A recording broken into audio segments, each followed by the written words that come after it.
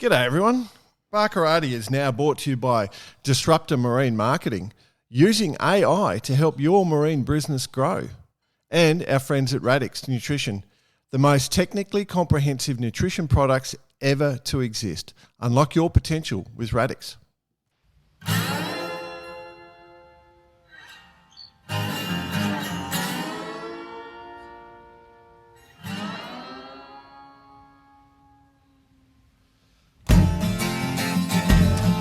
G'day listeners, welcome to Barkarati, the sailing podcast. My name is Jordan Spencer. It's that time of the week where we get to hang out with some really cool sailors, but of course I have to share the microphone with my two grade A idiot mates. First off, let's welcome Mr. Brett Perry. Greetings, exalted one. BP. Grade A. Yeah, it's a mark of respect that you guys are the top of the line idiots. not just an idiot.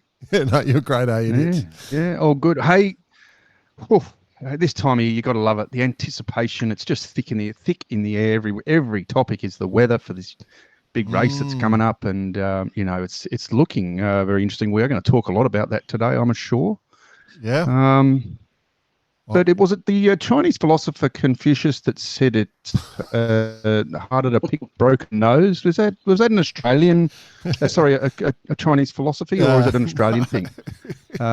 It's harder. I think it was the Chinese, his cousin. Fuku, the Chinaman. So harder to pick than a broken nose is the phrase of the day. So let's roll with that. Okay, let's bring in the other bloke and see if he wants to go down that path. He had a voice that could make a wolverine purr. Mr. Nick Boyce. Grade A idiots, I like it. Yeah, I do like that. I was almost the grade A Grinch just then. Oh, no. Just did a bit of morning Christmas shopping. Oh, nothing better than trying to shop in a shopping world on the Sunday before Christmas. There's no one else doing that. No, exactly. But the kids spent $120 on family Christmas wind cheaters. Oh, nice. Sweaters, as my kids call them, because they watch too much bloody YouTube. That was a good purchase. Mine is actually a vest with a Grinch on it. I just assumed you get all VB tops for them. Oh, no, we're saving the VB leisure suits for the Nationals on the VB Express too, for the Sharpie. That merch is available in Myers, I've noticed. The VB merch is in Myers. Oh, no, Chemist Warehouse, VB Cologne. VB Cologne. It's a beautiful touch. You're right. Oh, dear. VB's even sponsoring this year. VB just sponsors everything. It's where all the great ideas come from. Yeah, that's right. Where all the great merch comes from. Apparently, Rolex have been replaced with the Sydney Hobart with VB. The VB Sydney Hobart. The VB Sydney to Hobart yacht race. Supported by Crocs. You can see it, can't you? That'd be the fourth or fifth line. Would be that one. That's the one. All right. Let's get into it. As you say, BP, you're all fired up. You're known as the Sydney Hobart Savant. I have noticed, BP, that since your prowess in predicting the result has come to the fore, and now we have a public forum for spreading your thoughts, all the bookies now have stopped taking bets for the overall. Like, it's only line honours now, I've noticed. So... unless you boys have got a secret thing, but I think you've scared them out of the market, BP, so well done. Yep. Well, you know, it is.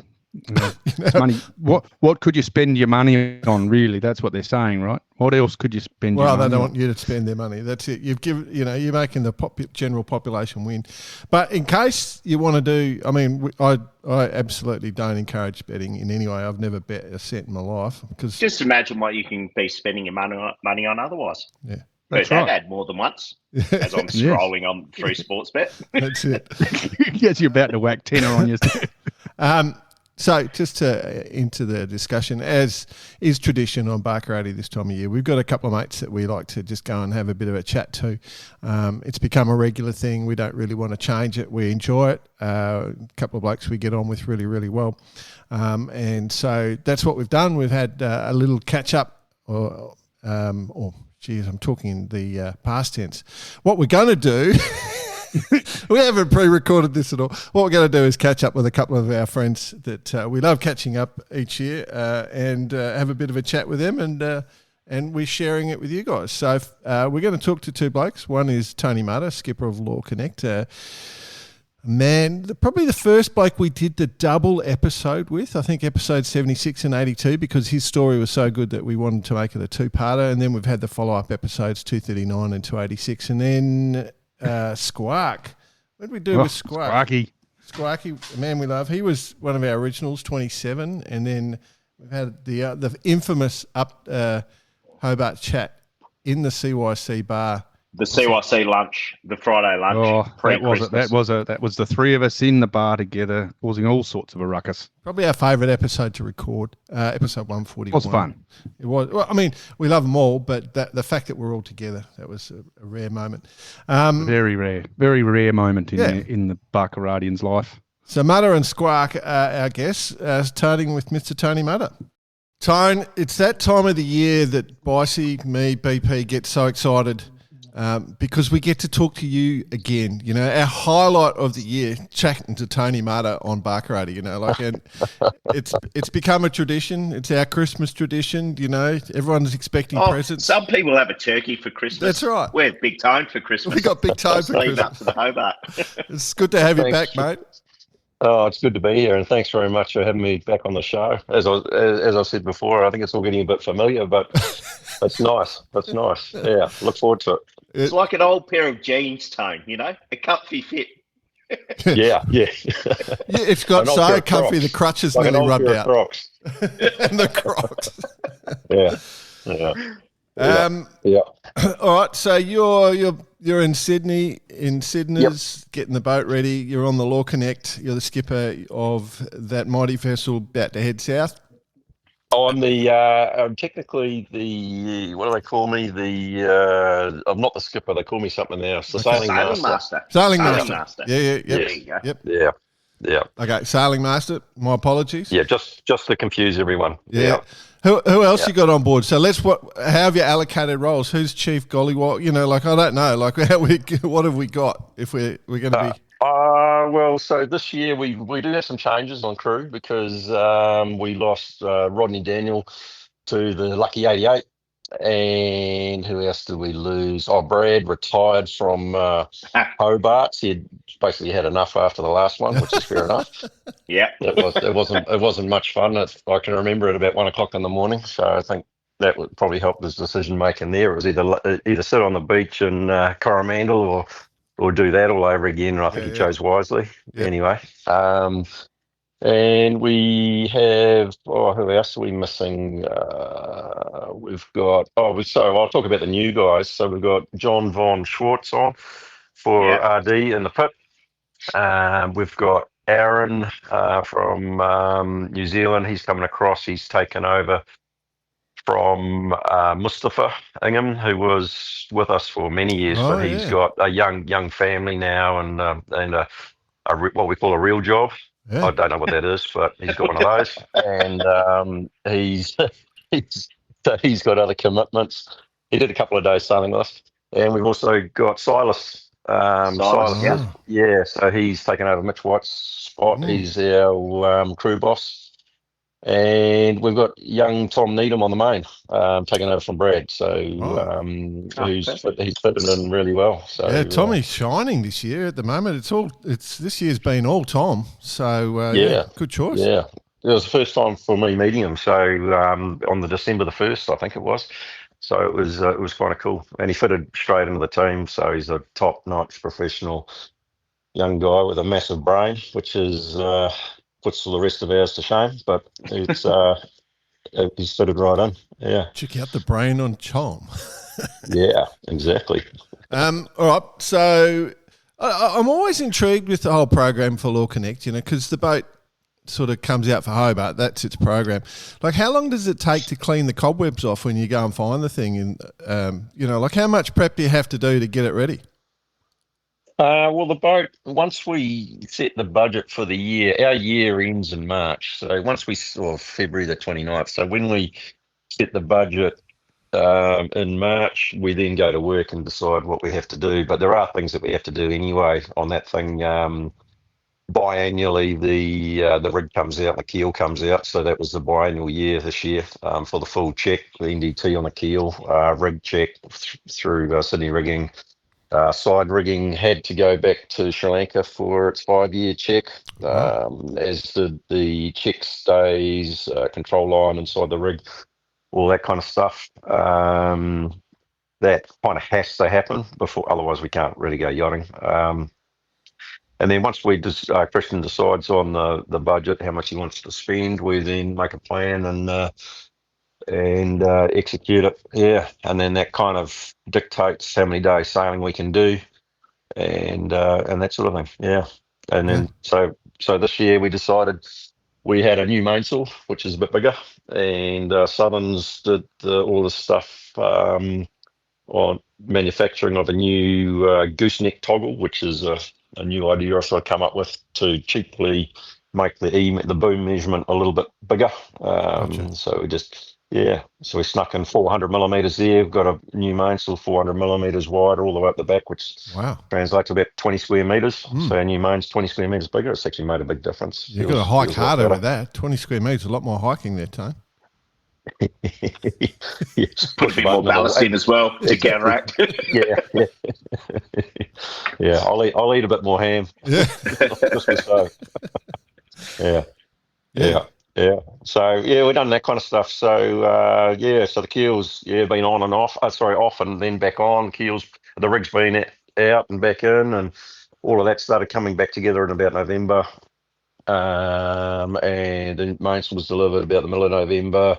We did a quick test sail with that about the middle of November, and then we had the whole team assembled on December the 1st, which is pretty normal for us. Yep. And then that's led into Cabbage Tree, right? Being the first kind of exactly. So we kind of tried to we've sort of been doing the same program for years and years, and we tried to compress the first part a little bit more by one day this year, and it sort of blew up on our face a little bit. I think especially with the new guys on board and that sort of thing, we weren't quite gelling 100% on the first couple of days like we normally do, but that's quickly turned around, and and then we had a bit of a mishap actually. We were loading the boat on the Wednesday, so what's that? I think it was the 3rd. For a sail, and we stupidly using the halyards lifting sails on, and we damaged the spreader, so we lost a day Wednesday sailing there. So we had to dejack the rig, take the spreader off, get it repaired, and go back out on the Thursday. I think it was. But other than that, Cabbage Tree, we're trying to get the last bit of life out of our J1. How'd that go? And we did. We succeeded. We got it. We saw it all the way to the end. Found the limit. It was a funny one. It was kind of like, come in and tack over for a final approach for the start, and we actually, no one saw it, but we actually caught the bottom of the jib on the starboard daggerboard post and actually tore the foot to start with. And so we wanted to sort of tack over and go slow, and instead we kind of tacked over and ended up going super fast. So it sort of threw everything out. So we ended up over the line as well, which was also me because I was trying to push it a bit much. And then of course the jib blew up. But the guy scrambled really well, and we managed to turn around, get the other jib on, and then start the chase, and it went all right. Yeah. No, it's almost classic though, right? You do, you're out in the harbour or out the heads doing as much training as you can, and then literally a minute from the start, this all goes down. Yeah. Well, because we got the other problem. The problem was we got the hanked-on jib, and it's a really hard, and everyone else has got the furled-up jib, which makes a lot more sense. And because this boat, we're lacking sail area when we've got the main and the J1, we kind of, if for us to retrofit a filled up jib, we'd lose probably 10, 15 square metres out of the jib, which would not be great. So we kind of have to deal with the old Hankton style, and it kind of makes it hard in your pre-starts when everyone else is sailing around with the main only, and we're charging around with the jib up. It's that makes it a little bit tough, and I think that just adds a bit of wear to it. So it was an old jib. We expected to be retiring it after that race anyway. Yeah. So it just happened before the race. It's going to be it's going to be interesting for the Hobart start, because there's a lot of activity going to be on that front start line where the cameras will be. Obviously with all the big boats there. And then you add like all that prep work you talked about coming in. Imagine that sounds a lot of work, but when you consider what Palm Beach 11's going through at the moment, or it's sort of wow. Yeah, what a cool concept. It's can't wait to see it in real life. So people have been sending me pictures on it this morning. I think they did a 24-hour run last night, and so I mean, it's amazing. They've got so much going on. It's the learning curve's going to be vertical on that one. But then I was watching the marine traffic. I've seen. I haven't seen any excessive speeds just yet, so they might just be nursing her through. Yeah. But she'll be back on the dock. Well, at time of people listening to this, she'll be back on the dock at Woolwich. So you'll get a bird's eye view tomorrow, I'm safe to say. Yeah, I'll have to go down and visit and have a look. I saw Rico very kindly gave us a walk through the shed the other day. Nico and myself will walk through the shed. He probably showed us way too much, but I think the concept is just so different. It's it's not like we can follow or copy or anything like that. In a heartbeat. It's a massive investment what they've done, and I mean, hats off to them for taking it on and doing it. Yeah. I mean, it's the coolest thing I've seen in a long time in yachting. So there's that. It's the thing I was going to get to is that it's like there's going to be a lot of long boats on the start line. Exactly. Like, because you add the Lucky 88 into it. You got all the hundreds, and it's a reaching downwind start likely at the moment with the forecast. So everyone's got laughing rights on each other. It's going to be pretty funny. There's not a lot of room, 'cause the typical approach is will be sailing high on starboard tack, down the line, and then turn and burn sort of thing. So hard left, unfurl, and off you go. Yeah. So when you got the 5 boats there doing that, it's kind of what do you do? That's the whole width of the harbour. 5 boats, exactly. 500 feet. Yeah. It's going to be great viewing. Like for those of us at home, it's going to be great viewing. What about like if there's a pesky Volvo 70 in the way? Like, do you just go over the top? Is that the plan?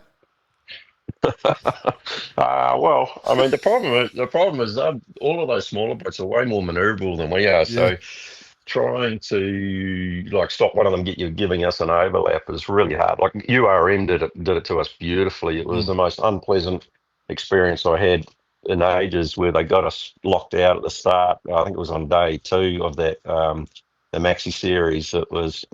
They did it beautifully. It was incredibly unpleasant for us, but they did a good job. They're just more manoeuvrable, and so that makes it hard for us, for the big boats. But obviously our wind shadow also for the small boats is massive. So if we do get us to start, they're going to be suffocating. There's not much air getting past, especially when there's a whole bunch of us together. Oh yeah. Oh, it's going to be crazy. That's a big wind shadow right there. Yeah. The wind shadows on the 100s, so they actually been. It's quite noticeable. I've noticed it more so on Sydney Harbour, where even in more wind, it's they do bend the wind for quite a ways. It's quite significant. So none of you wing foilers get out there on the start line, all right, and get in the way, because you're in deep trouble. Well, speaking of wind shadows and stuff, what's the weather look like from your perspective? You want to talk about any of that, or are you too early? Yeah, no, I can do that. Yeah. No, well, It's not really too early. I think No. we're in the last few days. So the models are all in agreement. There's about 4 of them we've been looking at, and they all have a high to the west of Tasmania, and it's like a front comes up, the southerly front comes up on Christmas Day up the coast, and then it's just whatever's remaining after that. So, but it is looking lighter. Certainly not like absolute polar opposite to last year, which is probably a good thing. I'm sure most people who did last year's race probably wouldn't want to do a repeat of that in a hurry, myself included. Yeah, it was very unpleasant. But this one will be. Yeah, I mean it's looking light, and with lots of changes, and probably a really good small boat race, I would think. Yeah, it's sort of changed. It's going to be busy, Tone? Yeah. In regards to a lot of decision making, and potentially once kind of get out of that initial southerly flow, a lot of sail changes as well, and trying to keep the boat going quick in a lot of air. Yeah, exactly. And the strategies on using the currents and whether you're close to land or off land and all that sort of stuff, and sea breeze during the afternoons and play out over the land and all of that. It all comes into play. So it's going to be interesting, I think. And it's not, I think some boats could get a jump here and there, but it looks like there could be enough parking lots where it, maybe it's a classic where it all restarts in the river. Yeah. The Baccarati forecast a month and a bit out was that the centre of that high stayed a little further west for a little bit longer. So it has changed up in the last few days, and it does bring the small boats back in, and that ridge line or the centre of that high sort of gets quite long and light for a long time. So day one smacking down into it, but it's not. It's going to be a tough race, just tactically, you got to have your brain switched on. So, it's going to be interesting. Yeah, exactly. Yeah. The strategy is going to be interesting, especially for us big boats, I think, where if we're trying to do something out of the ordinary to compared to the skinny boats will probably just do their usual thing. They'll be relishing the lighter air, where we may have to do something a little bit offbeat to sort of give us a chance, But we'll find out. I mean, there's still a few days left, and we'll see. We don't mind it if it's light. We're more confident now in the light than we've ever been. So there's that. Yeah, you had a nice. What with the bigger main from a jib point of view, the J1, I guess you're a bit restricted to sizing anyway. You got any other upwind sails or? Yeah, mate, we've got them all. You got the big we've got the big masthead zero, which we used upwind in the Solus. That big head sail. We're happy to go upwind with that, even with a big main up to about 11 or 12. That's how much power. That's how much power we're looking for. Then we've got a fractional one that goes from the fractional halyard to the inner tack on the prod, same as the masthead zero. And that's 100 square metres bigger than our J1. So we've got that. And then we've got the J1, which we're happy to run that with full main up to about 22, 23 knots. That's actually our sweet spot, in about 20 with that rig. That's how much underpowered we are. Whereas, we're looking for it. So, and then of course we've got the J2, which is inside the J1, and we use that up until about 30. And then we've got the J3, our heavy weather jib, and that's up that's up forever. Well, hopefully for your bow team, there's not many J1, J2 pills, because that wouldn't be too pleasant in 25 knots, getting that busted down. No, they're the most well, the big one with that is because sometimes we have to change early if the wind's ramping up. If we know the wind's ramping up, we'll do the change early, because it is a pain in the butt. An inline change, the worst. You cannot. We've tried it once where we tried. I think it was might have been 4 races ago. We tried dropping it outside the two, and we thought, we'll just tie it to the stanchions here, and we'll get it in the morning, sort of thing. And the wave came over the deck, and then the next minute the whole sail and the first 8 stanchions are folded neatly exactly down the side of the hull, and the jib's in the water. So it's like, now what? There's halyards and everything, like had to hose to and halyards and everything, get it back on, and very embarrassing. Yeah, not fun. Yeah, can't do that. With all the boats out there, like, do you go in with? Is there anyone you really want to beat, or is the Law Connect just focused on the Law Connect? Really want to beat? No, we don't really have like a nemesis or anything like that. We're kind of we're really. It's I guess if it was a windy race, we would probably be focusing on the Comanche a lot. But in this race, I think it's going to be wide open, really. I think it's going to be really wide open, and the dark horse could be the Palm Beach. With the new stuff, especially if there's a lot of reaching, maybe. Yeah.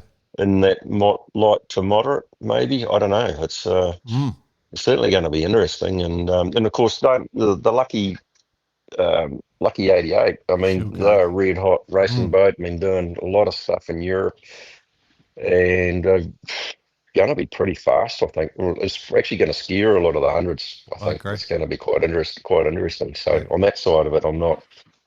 Yeah, we don't really focus on anyone. Yep. Oh, and Wolf, how about, Skallywag's going to be going good, like in that light of stuff, and Wolfing, who knows? Yeah, well, light winds for Wild Thing, it's into its game. There's got to be an angle where that thing's just find its angle. It might be the smallest angle in the world, but it's an angle nonetheless. It's not an upwind angle, that's for sure. But yeah, it could definitely hoot along downwind. On that sort of so light. It's just it's like so hard to try and work out where it's strong. But I'm guessing that maybe medium reaching or something like that, where it's not at max riding moment. Then it's probably super quick. Yeah. Do you reckon, Tone, 1K could be the one letting off the cannon this year, given the influence he's got across many of the boats on the front start line? And he is floating around Sydney at the moment. Yeah, I'm actually catching up with him on Monday. Fantastic. I don't. Yeah, possibly. Maybe he should be. He needs to open an office down here in Sydney. Exactly. The resurrection. Yeah, exactly. Love it. Cool, mate. All right. Well, good info. Best of luck. Have fun. Yep, we'll do. Definitely be doing lots of that. We'll be watching with joy. I mean, getting to sit home and watch, like it's the family tradition, everyone, Christmas Day means nothing in my family. We all get together for the Boxing Day, like that's the day. Yeah. No, well, hopefully we put on a good show and entertain, Yeah, that's right. Wouldn't want to let down your Boxing Day. Yeah. You're like gladiators and on the Emperor, I'm going to go thumbs up or thumbs down, mate. We'll see. I'm hoping it's thumbs up. Right, certainly. All right, bud. Awesome, Tone. Nice, mate. Merry Christmas to everyone, and have a good one, eh? See you in a few days. You got it. Cheers, chaps. See ya. All right, so next, obviously, the gentleman we're about to converse with, we had one of our favourite interviews where all of us were in one room together, and that one room happened to be in the bar at the CYCA. He's now in his car driving to go sailing all day, but we're pretty happy to have a chat to our great mate Mark Bradford, or as many people in the industry know him, Squark. Welcome back on the Bar Karate, mate. Thanks, boys. Great to be back. Yeah. Now, can you drive and talk at the same time? Just checking. You're a I'm a professional talker, mate, so this shouldn't be a drama. I do it for a living. I love it. You're going south, mate, for the punters or the listeners. What vessel are you going south on this time? This year I'm with Skallywag, which is, it's a bloody great project, to be honest. When we wrapped up Blackjack and sold it to a Dutch guy, Woody was straight on to me to come and join him. Yep. We've been old mates, and we've been having bloody good times cruising. We've been going around the world doing all the big events, which has been great. And Woody's got this great group of young guys, sort of 5 or 6 really young guys that are super handy. So it's always great to start with fresh meat and get some new ideas, and now with the silly old buggers on board, that's also fun as well. You become the old bastard pretty quick, eh? Especially with these young guys coming through. And they're bloody good, these young fellas. I know, Bicey, it's a problem, right? We were like the smart-ass young guys, and now all of a sudden we're just those old guys that everyone rolls their eyes at. Yeah, exactly. That happens quickly. It happens quickly. Yeah. It does. Yeah.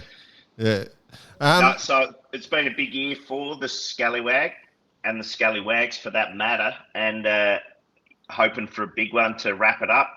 Things are probably shaping up, looking pretty nice for the Skallywag this year.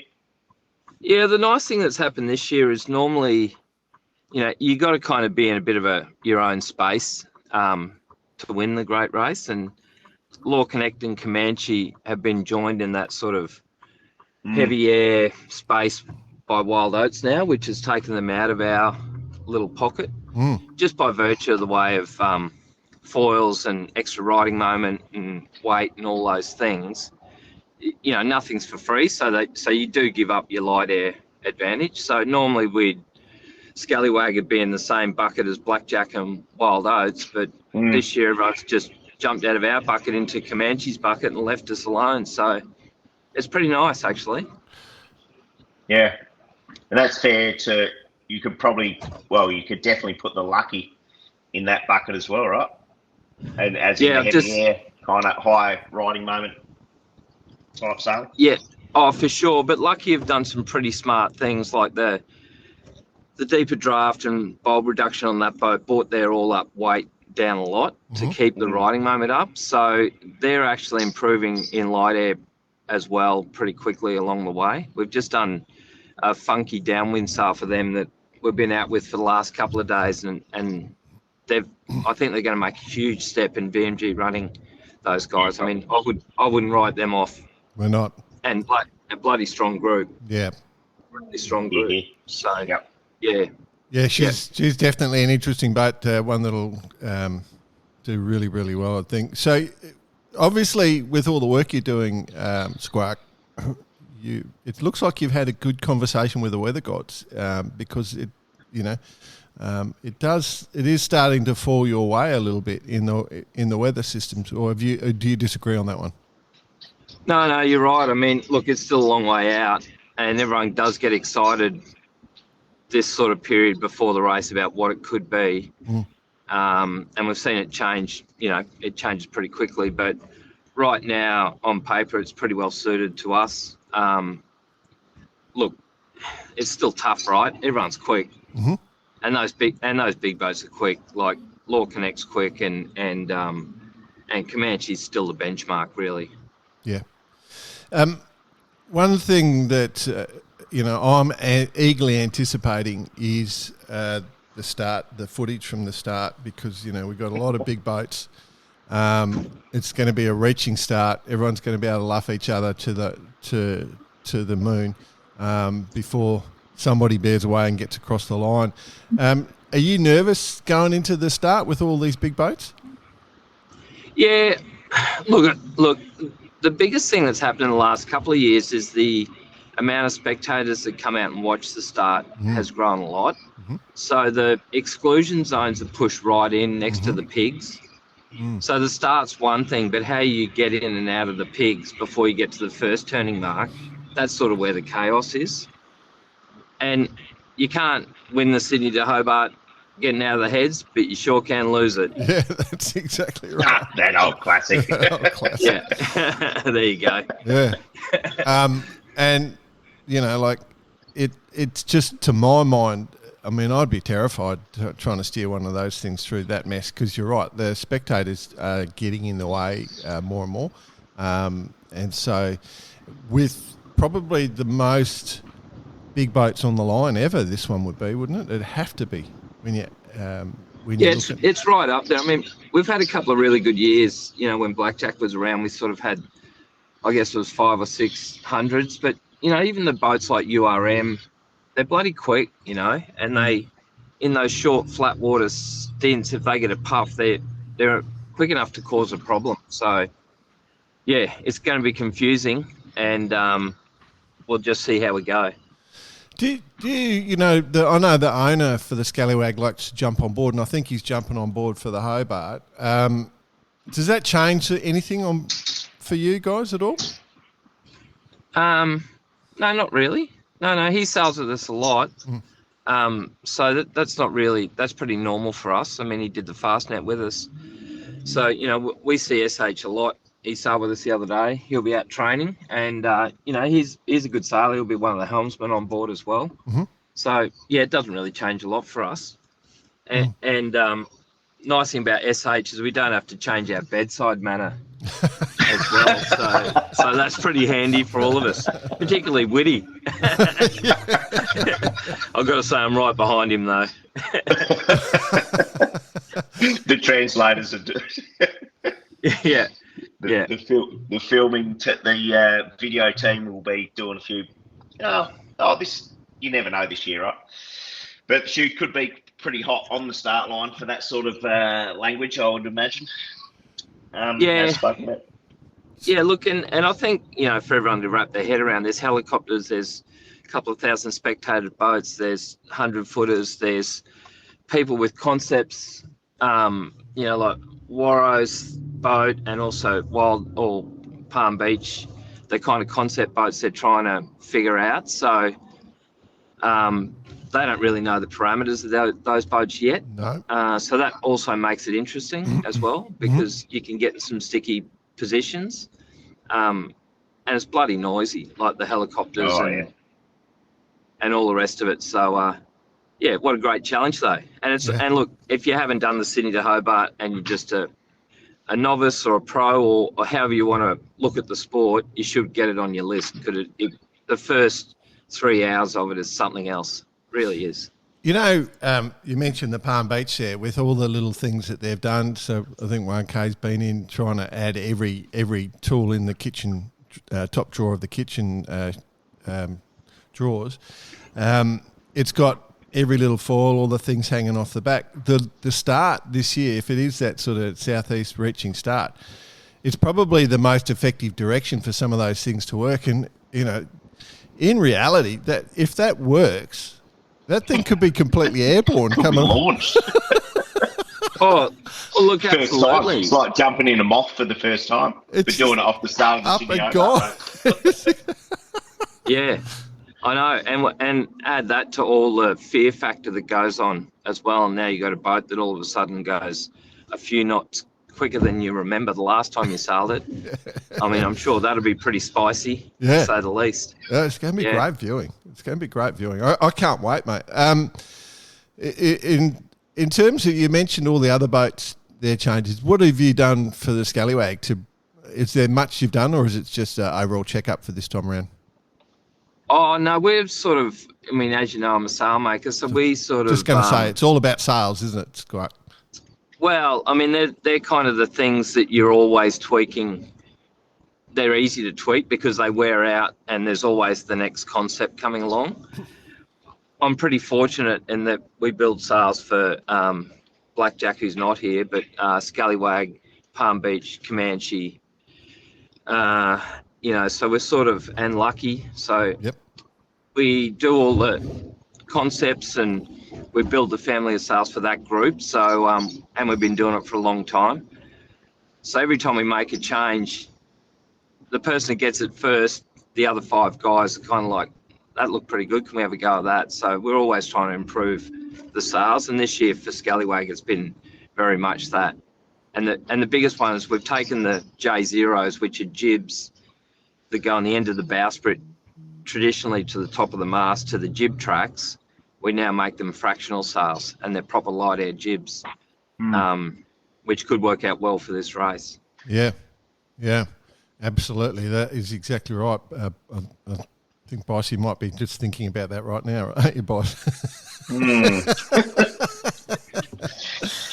Yeah, 8 knots, win on a Volvo 70. We'll see. Yeah, well, look, actually, we did those sails for the Volvo 70 as well. We're fortunate enough to do a whole inventory there, and I've had a little bit of experience with those boats, the Telefonica boat and Pyewacket, and I've got to say I was pretty impressed with that boat in light air. we went out and commissioned the sails the other day, and it responds pretty well. So I don't think it reacts like the last generation of the Volvo boats that really drag their stern. It's sort of it's a better, lighter and VMG boat. So I don't think it's as drastic as you're making out, Bicey. No, of course not. No, we'll be pretty happy. I love that. Powerful boat. Yep. I love that. Squark's just taking all your excuses away. So that oh no, there's definitely no excuses. Have you seen their crew list? I don't think they got many excuses. It's down to them. It's down to them. Yeah, no, it's a pretty good crew list. Yeah. I completely forgot where I was going to go, but it's what would we success look like for you, mate? Like, is it line honours overall? Have fun? Oh, look, no, we're 100% here to win line honours. Yeah, I mean, that's SH and Woody bought the boat back from Europe for this purpose, and we've had a pretty good hit out. Unfortunately for us, all the lead-up races were in 20 plus, so we didn't really get a chance to see the boat in range. And the forecast is shaping up for us. But no, look, we'd be disappointed with anything but a line honours victory. As radical as that is to say, I mean, that is our goal, though. Yep. Where does the program go after the Hobart? Oh, we've got some pretty nice things happening. We're talking about pushing the boat into a full IRC mode and going back and having a go at the Maxi Worlds in 18 months, 2 years. Yeah. So we've been doing a lot of design work and working behind the scenes and just trying to work up the rating side of the boats. I mean, Bicey sails on a boat called Galatea in the Med, and he's the world champion. Is the world champion. Yeah. That's right. And so we've been up there a bit in Skallywag and seen that scene, and it's interesting. It's hard for everyone to get their head around, but the hundreds down here are speedboats. Like, they're no regard for rating. Yep. And the hundreds in Europe are all rating boats. Yep. And so we're going to try and bridge the gap and take this boat into a rating mode and get up there and see if we can mix it with the other 100-footers in the IRC scene. I remember what my question was going to be, Squark, is I'm interested, when you're in the design phase, like inspiration and where it comes from is always interesting. And I wonder, like when you're talking with sail design, trying to come up with new ideas, where do you do your best work? Is that, I know where Bicey and I do our best work, and I'm just interested what you use to inspire you. Look, there's one advantage of becoming a silly old bugger, and that's experience. Yeah. And a lot of our peers now fall into that bucket. So we're fortunate enough to roll around with this fantastic group of yachtsmen with a lot of experience.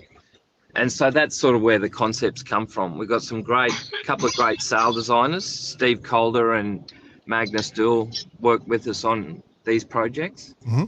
And because we do so many boats and talk to so many good sailors, like Brad Butterworth leads up. Lucky, he's always got a good little bit of knowledge to add, and Witty's got an amazing amount of experience, and all these sort of guys. We've got Neil McDonald coming with us, Rob Greenhow. Like, just getting around and sailing with the best sailors really does add to the inspiration for sure. Interesting. Very cool. All right, I think that's sort of everything we need to touch on because we're just keeping it brief. Best of luck. I'm really intrigued how it's all going to break down because you guys definitely are looking pretty nice at the moment with the way the weather's starting to unfold. So, I hope you guys smash it. Look, this is a bit unusual. Normally you get me to say something controversial. I feel like I've got off pretty easy this time. Feel free, Squark. It'll be good to leave with my shirt on for once, so we'll just leave it there. That'd be great.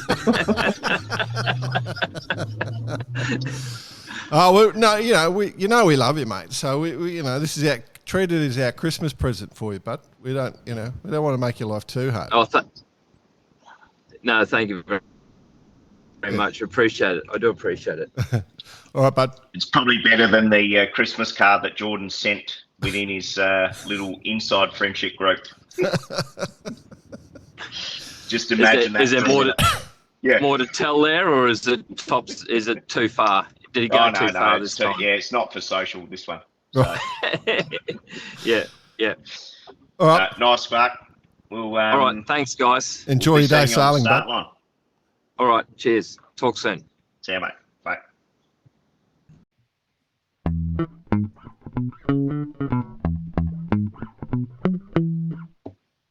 Couple champions of the sport right there.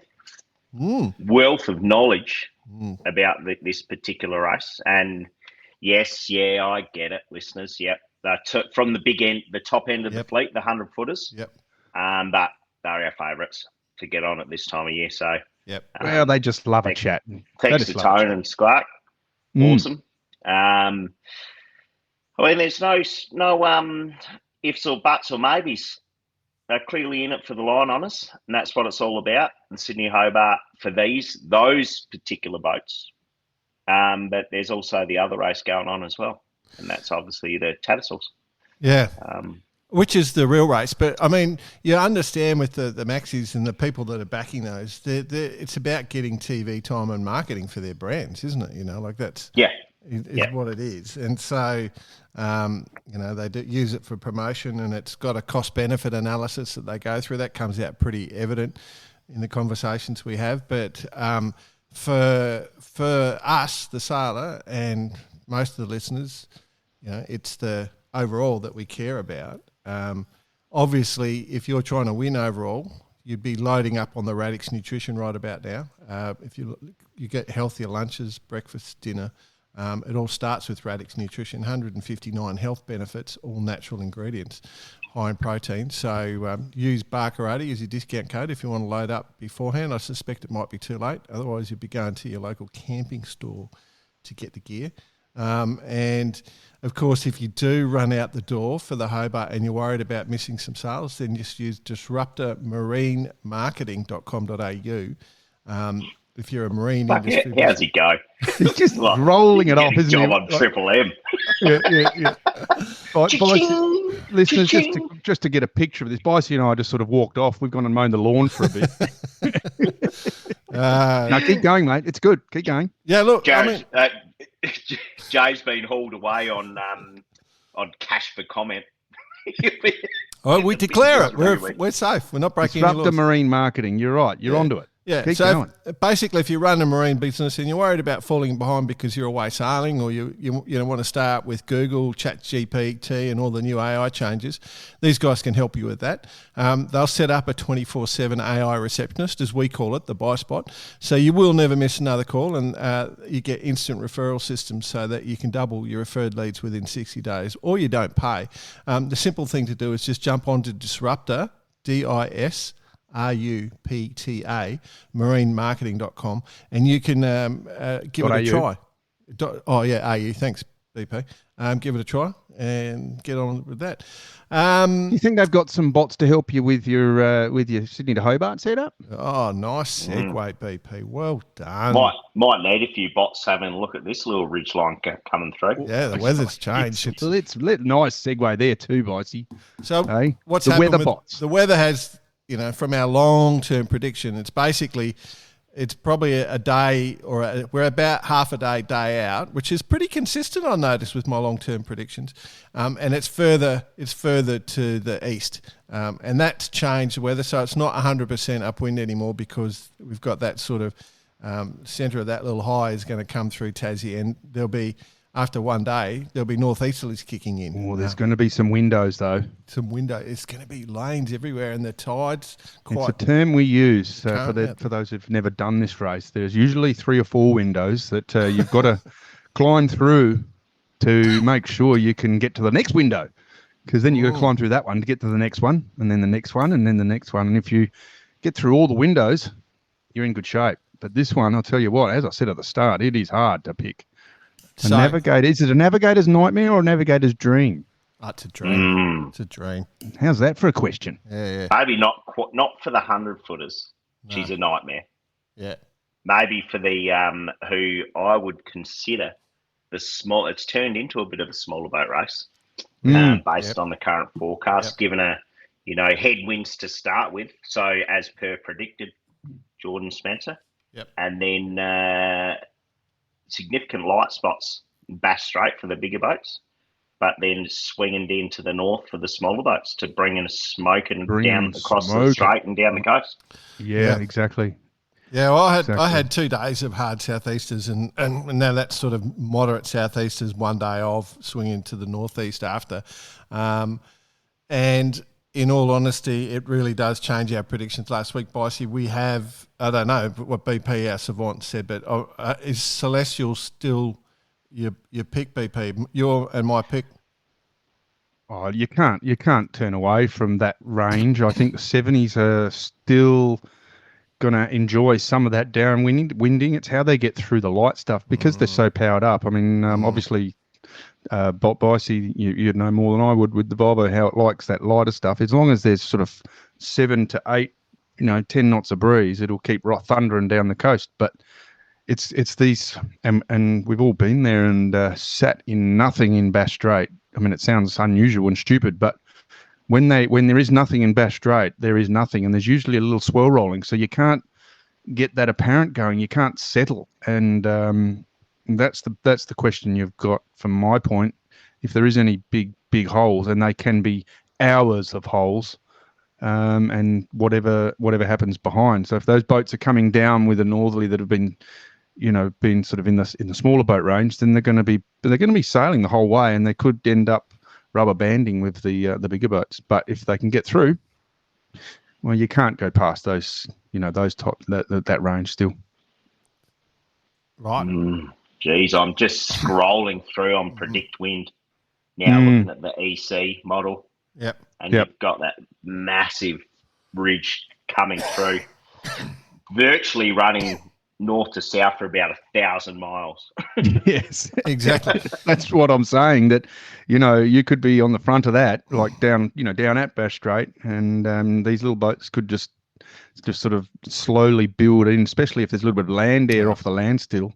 Bass Strait is no land air, so you could be parking lotted out there. Yeah. So I think most people are going to end up staying close to shore, just as a gut feel. 100%. Yeah.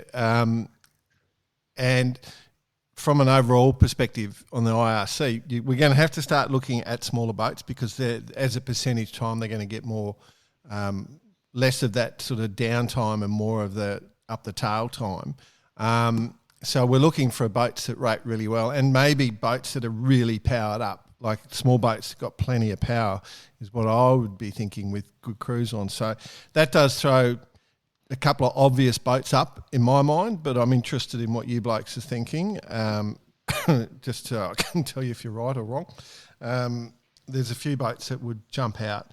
So anybody, if we have to, let's say for Bicey's perspective, saying he is on a boat Celestial, let's just take Celestial out of the equation so Bice can talk openly and not get in trouble with the crew. Okay, so if Celestial's out of the equation. Well, I did explain there's no such thing as the commentator's curse on Barkarati. Yeah. It is the reverse curse. That's right. So we just consider that, potentially I was being interviewed about it, and, we'll probably win. Well, I did say, I did suggest that when they brought it up with you on the boat, you could say, no, it wasn't me. It was me, the other two idiots. Yeah, so, that's right. We're allowed to give the reverse curse to whoever we want, really. I mean, you can't. I think URM pretty nice, especially through these lighter periods. Mm-hmm. We'll go all right, but the smaller boat, I can see boats like the Callisto 52, the Pack 52. They're going to be tough to beat. Once they start reaching and going downwind, which will happen for them, and they'll sail quite a bit of the course in those conditions, they will be quick. And when you look at the crew lists on that boat too, got Soapy, Ian Moore navigating, plus just a plethora of absolute pros on board. So I think going to be strong. And then you get even further down, you've got the Back to Black with Sean on the GP 42. Yeah. Probably going to spend more time in the 42s. More time in the Northley as well. So there's... Yeah, that's a perfect boat. the GP42s, plenty of power. They smoke downhill.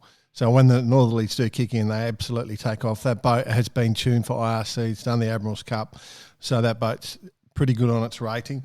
There's an Ambition, which is a Tasmanian boat in there as well, which is another GP42. Pretty good experience on that boat as well. I've seen the GPs rate pretty well upwind as well. So, yes, sorry to talk over your Bice, but I agree. No. So I'm going to go I've one got it step basically- further there, Bice.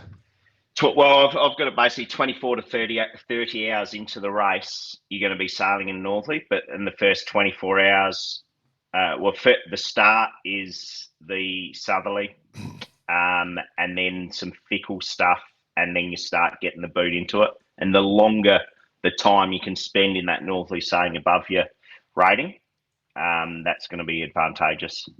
So to bring it home. So those GP42s for me, that was the first boat that popped to my mind when I thought of the weather. The second boat that popped into my mind, given the changeability of the weather and it likely being a small boat, is Bacchanal, the JPK 1180. Those boats, they're always there. Right, super well. Super good. Sailed well. Mm-hmm. Yep, the 1180 is past 1180. You'd be watching them out of the corner of your eye. I'm going to go one step further, and I'm going to bring a double hander into the fray. I wondered about I'm going to bring a double hander, which is Mistral, which would like this stuff. Oh, yes. Rupert Henry, he can sail. He can go all right. He goes all right. Yeah. That boat will be sailed very well. good in the light. He will make advances in that lighter stuff, and then obviously be at the back of the pack for any building northerly. So we'll keep an eye on the double handers as well, because they're going to be potentially and that boat goes showing their pretty face. well We've always followed them. We've liked them, and they're always, they've been hanging around the top 10. Is this a year? Well, this is anyway. Plus, and it's not a smoking northerly as well.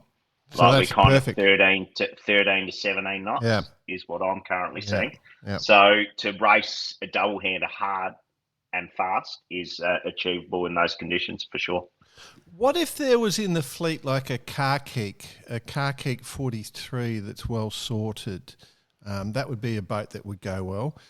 If only there was a boat like that in the fleet that's got a good sailing record. What are you alluding to here?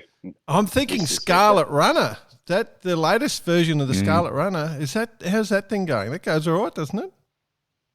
Well, one, it's not a 43 footer. Oh, is it not? I thought the new one was. 46. 46. Car keep 46. I'm always understating the length of appendages. Well, that's what we have heard. And for those at the end of that interview, when I did mention the Christmas card, this is what I was alluding to. He did have a rainbow kite, the old flatty covering. Anyway. So what we're saying here then, lads, is that we have absolutely no fucking idea, really, do we? Oh, basically. Yeah, it could be anyone's race. Harder to pick than a broken nose. Harder to pick than a broken nose, that's exactly as Confucius says. There's plenty of boats that, because it's so variable out there, there's plenty of boats that come into play, and then it's the ones that just sail at best. If it was equal course, let's be honest. Let's be honest here, and honest enthusiasts of the sport. We're still the 21st, so we've got another 4 days. This is going to change again. We know that.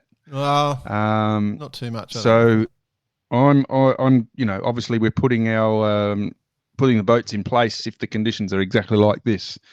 There's going to be some little subtle changes. What could be interesting if this whole weather system slows down and the start is what's expected to be happening in Sydney on Christmas Day, which is a honking southerly. So that could be the only that pushes it back towards you. Keen variable. Yep, that pushes to a solid upwind. Yep, and proper survival upwind mode as well. Yeah. That's when the mighty Celestial will be in her strength. I'm interested. It is interesting. But if I had to pick two boats, it would be Back to Black and Bacchanal. They're probably where I'm sitting at the moment. But if the two boats I am interested in, just for enjoyment's sake, would hopefully get some good footage, is the two Class 40s. You know, I love a Class 40. So you got Zara's boat. I think it's her birthday today, actually, as we record. From memory? Yeah. Off the top of your head. So first light. And then the Vixen, which is a Verdier 40 design. Yep. That's a little bit older. That's got a nicely balanced mixed crew on board. That's a great looking boat, that one. So that, you know, just for, I mean, they don't rate super well, but they go super Just well. for shits and giggles, you reckon? I just watching them, you know, I like watching those things sail along. So anyway. Yeah. Anyway, the one thing that is evident is, one, we're going to have a really fun start to watch on TV, right? Because it's going to be smoke and reaching. Will the Palm Beach get up on all of its foils, one of its foils, come off its foil? Well, the Palm Beach 50 will, with about 600 horsepower in it. As for the Palm Beach 11, mate, how exciting would that be? Imagine it. Oh, it'd be Imagine it like it's 20 knots up and just smoking down the harbour, just popping her out. That would be worth every single cent that they've spent on that in the last 5 months. You know what it'll be like, Just for Bicey? that. It'll be like our first time on a fully cambered windsurfer on the lake, thinking you could manage it, but you can't. It's just out of control, and you're trying to sheet on you. It'll be like, oh my God, if the first time they've used it, they're skidding out. You know what it'll be like, BP? It'll be like the day we were on the VB Express on the opening day of the CYC with the Nolex 25 spinnaker. We split the mast in half. Split the mast in half. Not over the side, Jordan Spencer. Up Down the the- middle. Yep. Down the the middle. gooseneck and the spreaders held it together. You could see through the middle. But that's all right. We didn't lose the esky, did we? It's going to be Never lost the esky. like, it will be a pretty amazing start in terms of if you're a surfer, and my wife's ear suddenly pricked up then, you could go to Sydney Harbour and paddle out to that start line. You would have the Comanche, you've got the Lucky going, you got all the hundreds. They'll be dragging so much water down the harbour that you'll be able to find, you know, a bit of water at the Palace. You know, if you've dropped anything in the water at the Palace, your home ground, BP, just get one of your friends to go and have a look where you dropped your wallet. No, Kinch will pick it up for you. So there'll be 15 minutes. You reckon I'll be able to walk across to Garden Island? Yeah, pretty much. No, it'll be great watching. But then we've got all how it's going to play out and all the tactics, and it's going to be could be a fantastic. We might have to do our. Are you boys going to do your skits? Yeah, we'll do. Maybe. Yeah. We haven't discussed it. I was just alluding to that right then, and I've got to say I'm going to worked do out it. how to go live and do Facebook, do YouTube, and all that shit. Oh, don't you just push the green button? We'll probably we'll work something out. We're not quite sure, but We never know. we haven't discussed it. There's too much going on in lives. All right, enough All right, about that. enough. Other events. Oh, this is another fun one. So I do want to mention this one because if you like seeing boats going airborne and having a great time and being on the Sydney Harbour, the 12-foot skiff into Dominions are underway in 2 weeks. And they've got free spectator ferry tickets. So the 4th of Jan, race 1 and 2, and then on the last day, the final day, the 10th of Jan, departing Double Bay Wharf at 2 p.m. If you want to watch some crazy-ass boats... I might go down. Oh, you should be, Pete. Hey, It's perfect. Wear my bar karate T-shirt and do a live cross from the boat. Why not? That would be pretty cool. So the 12-foot skiffs into Dominions, and into Dominion in down here means Australia versus New Zealand. It's been ongoing for a long time, and the 12s are crazy little boats. Spend more time. The only boats without foils, foiling foils, that spend that much time in the air, I would suggest. Like the 12s are completely airborne most of the time. So be a great one. Another one. Sorry, I've got a deep cough. I'm trying to... Frogging your throat, old mate. It's been there, and I've been trying to hide it. But anyway, so good luck to all the 12 starlers. BP, get down there, get on the ferry. You might want to reach out. I'll give you the contact and make sure you get a spot locked on that ferry. Last time I checked... I know a few people. I'll have a chat. You go and sort it out then. All good. last I checked, boys, there were 69 entries for the 82nd Sharpie Nationals taking place. No, more than that now. I'm sure there are, More but than that. when I checked, it was 69, and I wanted to just have a bit of fun. You sure it wasn't 6-7? 6-7. I waited till it was Don't, past that. please. They get underway in Port Lincoln, 28th of December, and through to the 6th of January. It should be good. I did do looked at the weather. Have we done a full weather analysis of Lincoln at that stage? Oh, Come on. just southeasters we every didn't day. have accommodation till about 2 days ago, Yeah. so we're not looking at weather. I did have a look a few days ago just for a bit of fun, and it was looking the first day was looking all over the place, and I assume that's measurement day, but then, just kicking into classic conditions, so plenty of wind. All that training you've done, boss, is going to make you... Oh, it'll pay off. Yeah, It'll pay off for in sure. good stead. Not to mention the big ridge in the middle of Bass Strait. That should get me there just in time. It'll just be muscle memory for you, boss. You'll just get on there and it'll just be like, oh, my muscles know what to do. You don't even have to think. Yeah. That's what I'm relying on. Cool. So that'll be a good one. Obviously, we banter about the Sharpies a lot. We did do a whole episode on the Sharpie this National, so it'll be, if you want to jump back and have a look at that one a few weeks ago. And yeah, good luck to all the competitors in that. Will be there in spirit. The mini globe boats, they're all sitting in Cape Town. I think their next leg's to St Helena. So they'll be taking off 28th of December, I'm pretty sure. So what a lovely little island St Helena is. If you ever get a chance to go there. I've been there. Oh, well, keep it in mind. Well, they sent Napoleon there. That's where they sent Napoleon. Yeah. Oh, Napoleon BP. Same thing. We're in.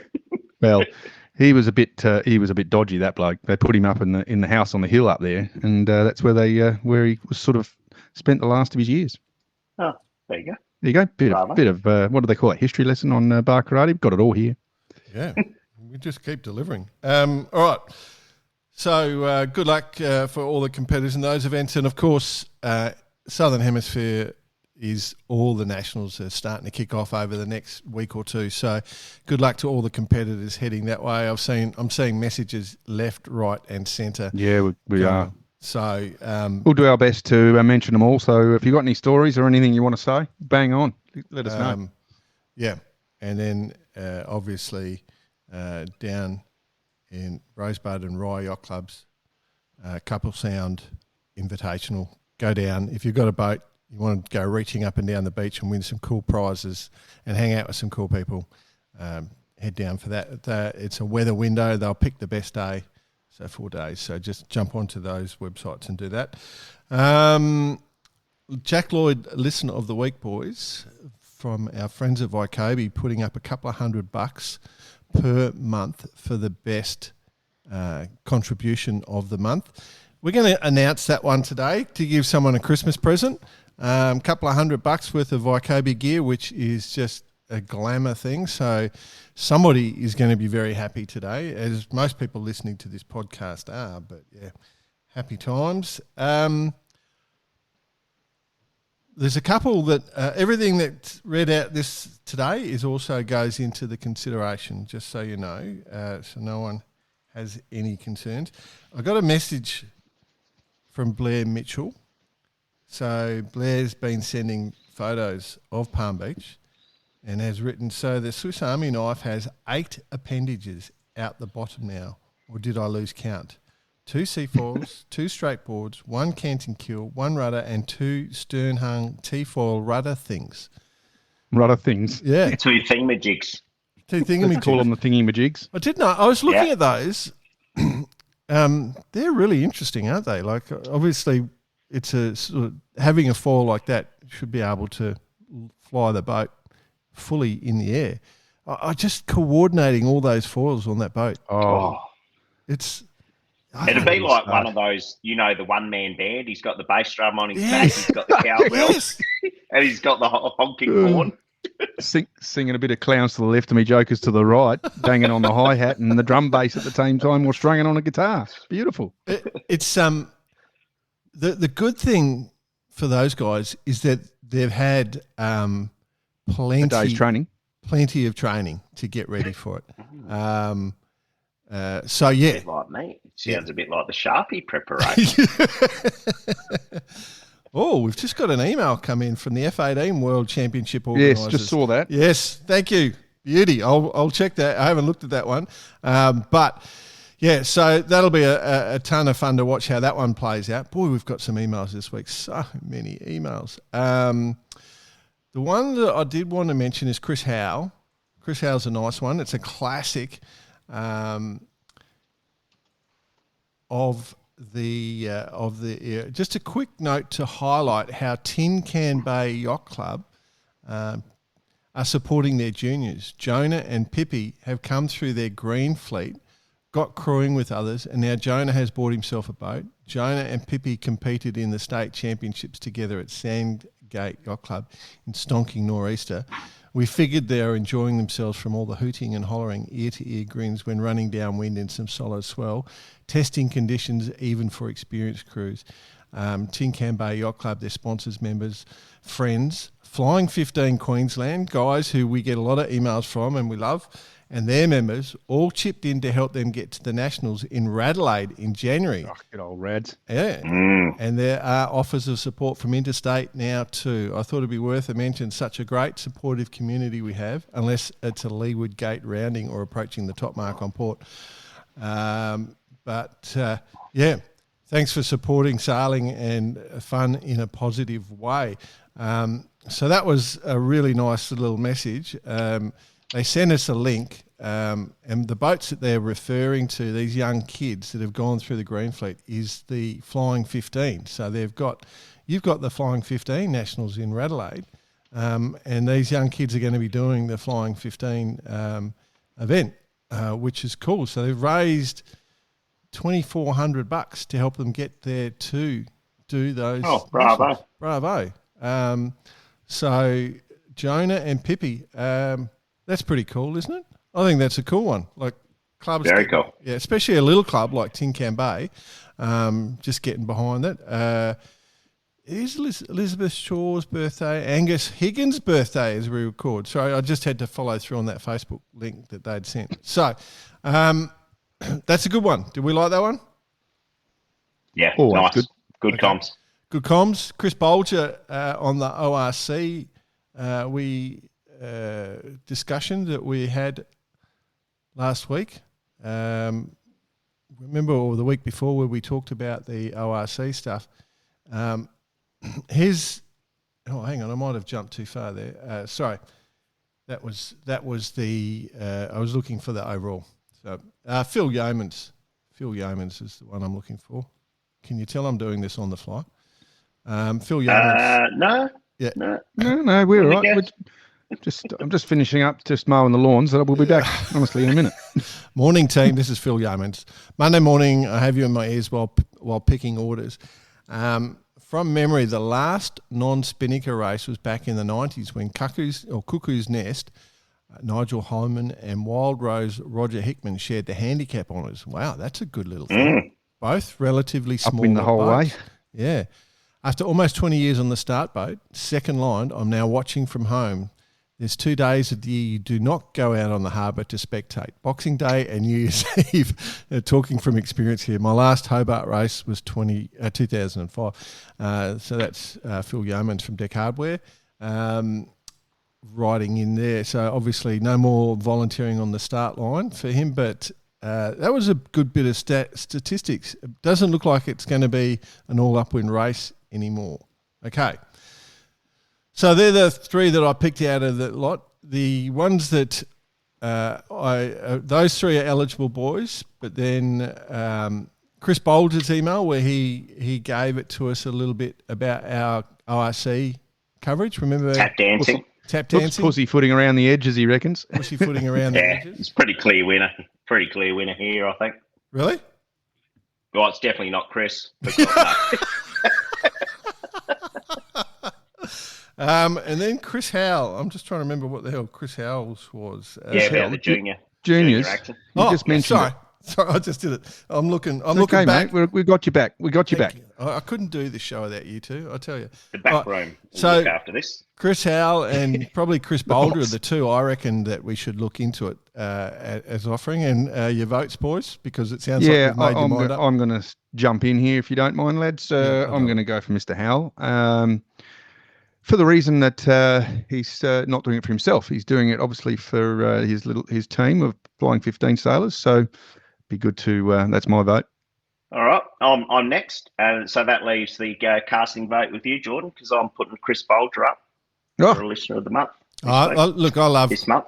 Chris does an amazing amount of work, and I actually think we have sent something to Chris in the past as a thank you because of all the stuff. Which Chris you talking about here?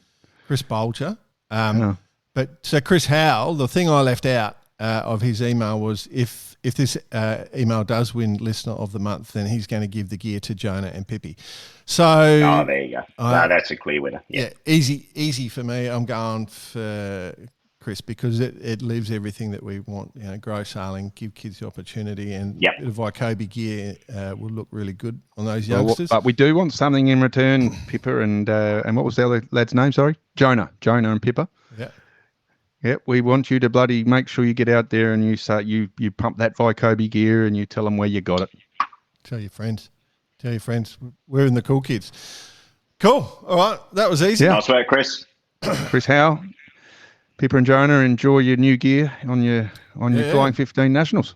If you get a chance, maybe I know you don't have a spare second, boss, but if you happen to wander down, pop around for a brisket. Yeah.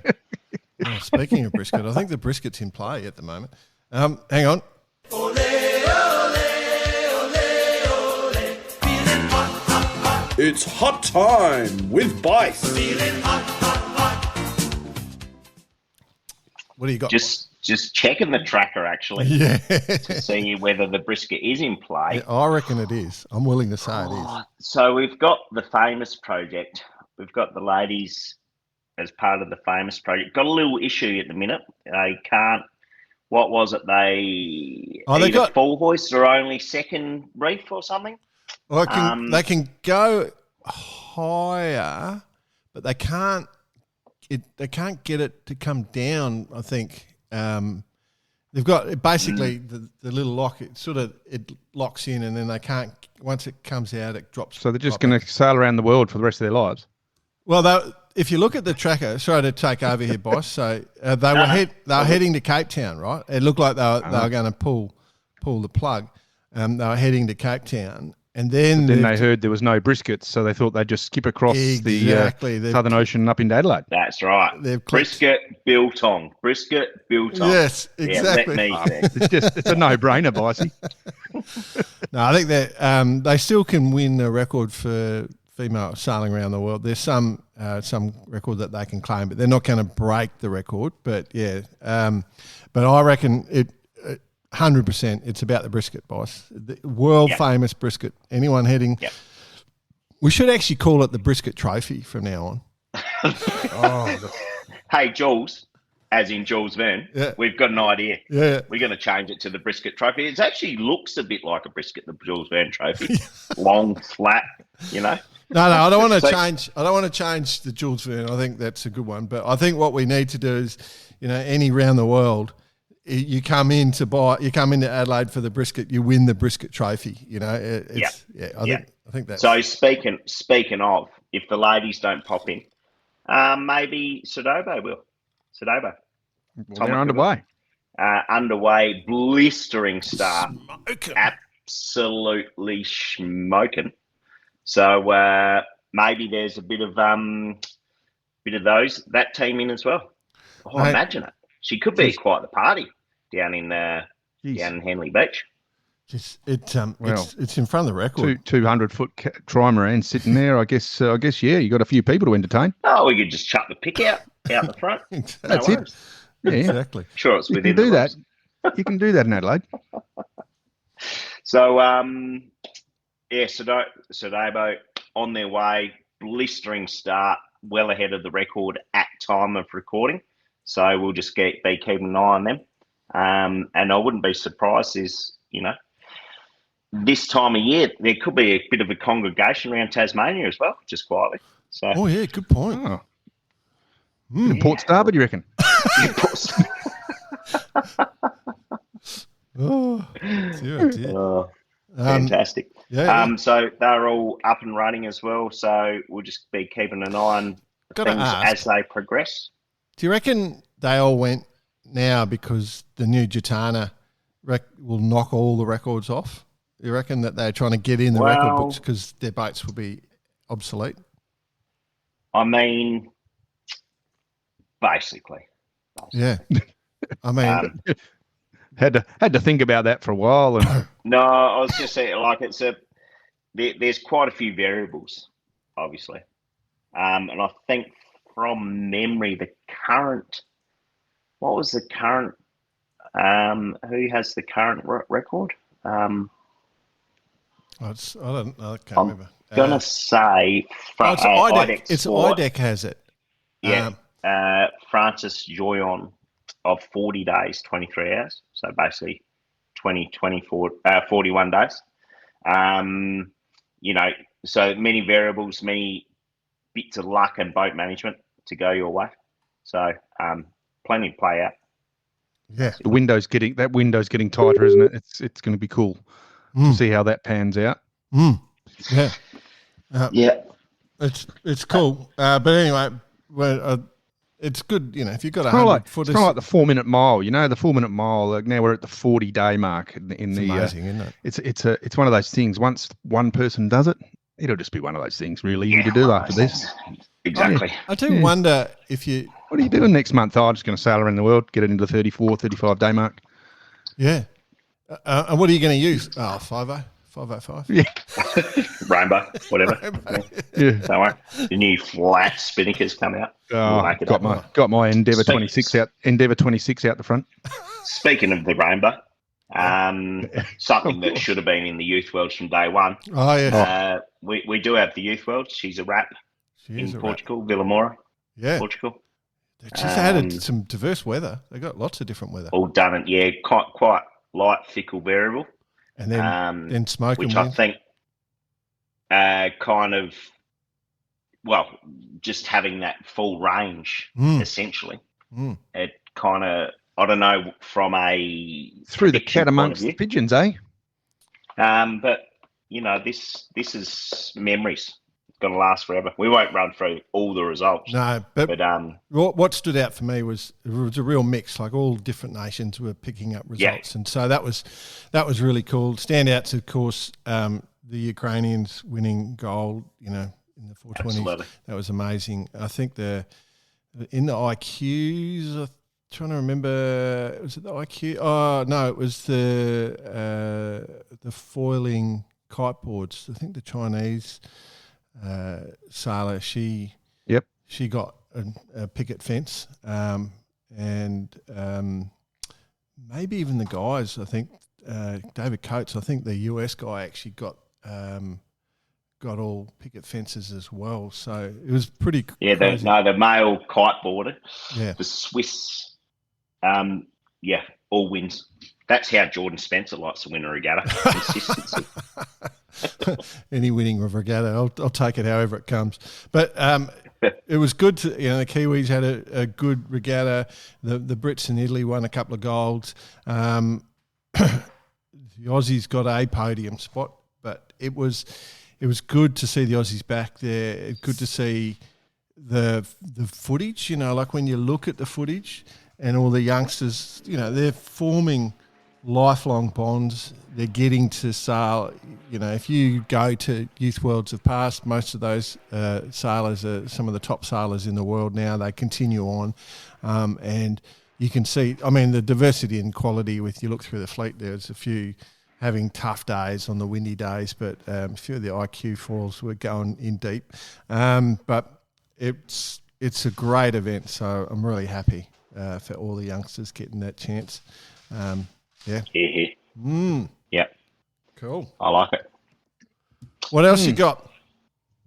That's about us, I think, boys. Just doing the final pack, but it's a logistical nightmare leading into the Hobart, off for a little family journey to Victoria for Christmas. Now, what do I pack?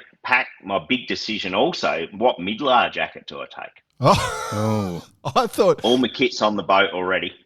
I honestly thought you were going to say, do I go in the Defender or do I go in the Kia? Do I want, you know? Oh, no, we're definitely going in the Kia. Like, there's not a bloody Bluetooth speaker that will override those 35-inch tyres rumbling down the road. It's been known to change the Earth's rotation. Is that the size of the tyres on the tow trucks, is it? 35-inch? Exactly. Plus, you're only allowed one in the front with the tow truck. Yeah, I doubt he'd fit all 5 of us in. Oh, I love it. No, all good. Well, listen, mate, you drive safely because you've got to get to that start line. So logistically, you're saying you've got to drive to Melbourne, then you've got to fly to Sydney, then you've got to sail to Hobart. Fly. And then all in the matter of 6 days. Sail to Hobart. Fly to Lincoln. Fly to Lincoln. To Adelaide. Get picked up in the Defender with one Carl and Howard. Drive to Lincoln. Hopefully the boat's rigged by the time I get there. Well, and then we go yachting. Wow. You're in a Defender, so anything could happen. So logistically, let's just run through that. Drive to Melbourne, fly to Sydney, sail to Hobart, fly to Adelaide, Defender to Lincoln, and then race to the Lincoln Sharp Nationals. Yeah. Nah, you'll be right. What could go wrong? That sounds simple. Yeah, we put us down to we'll probably get about 3 days out of us. I reckon. Oh, hey, dear. Cool. Just have fun. Have fun. And if BP and I work out what we're going to do, we'll let you know. We'll put a post on the socials. Oh, I've got plans. Oh, you've worked it out. I think we're going to be good. Okay. Going live. I like it. Nice, boys. All right, mate. And to all have the fun. listeners, what a year.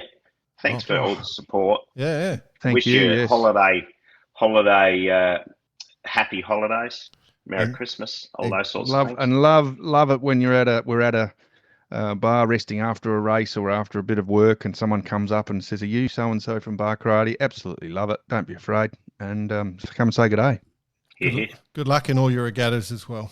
I do want to say that. To everyone heading out for their national titles and all other things, and world titles for that matter. So, best of luck. Righto. Yeah. Very good. Merry Christmas, boys. No worries. Nice, boys. All those in the marine world that are just going to leave their desk unattended for a while, remember disruptivemarinemarketing.com.au to get yourself sorted out. It's the time to do it. Radix Nutrition, just use Bar Karate as your discount code. Remember our friends at Vycobi for all the cool gear. So that's the mid-layer jacket you're looking for, boss. Something from... Ooh, yeah, good one. Yeah. I like it. And, have a great one, everyone. Thinking of you, and we appreciate you so much. Appreciate you listening to the show. It's been great. See you, everyone. Nice. Cheers. Oh, cheers. See you, boys. BarKarate.com.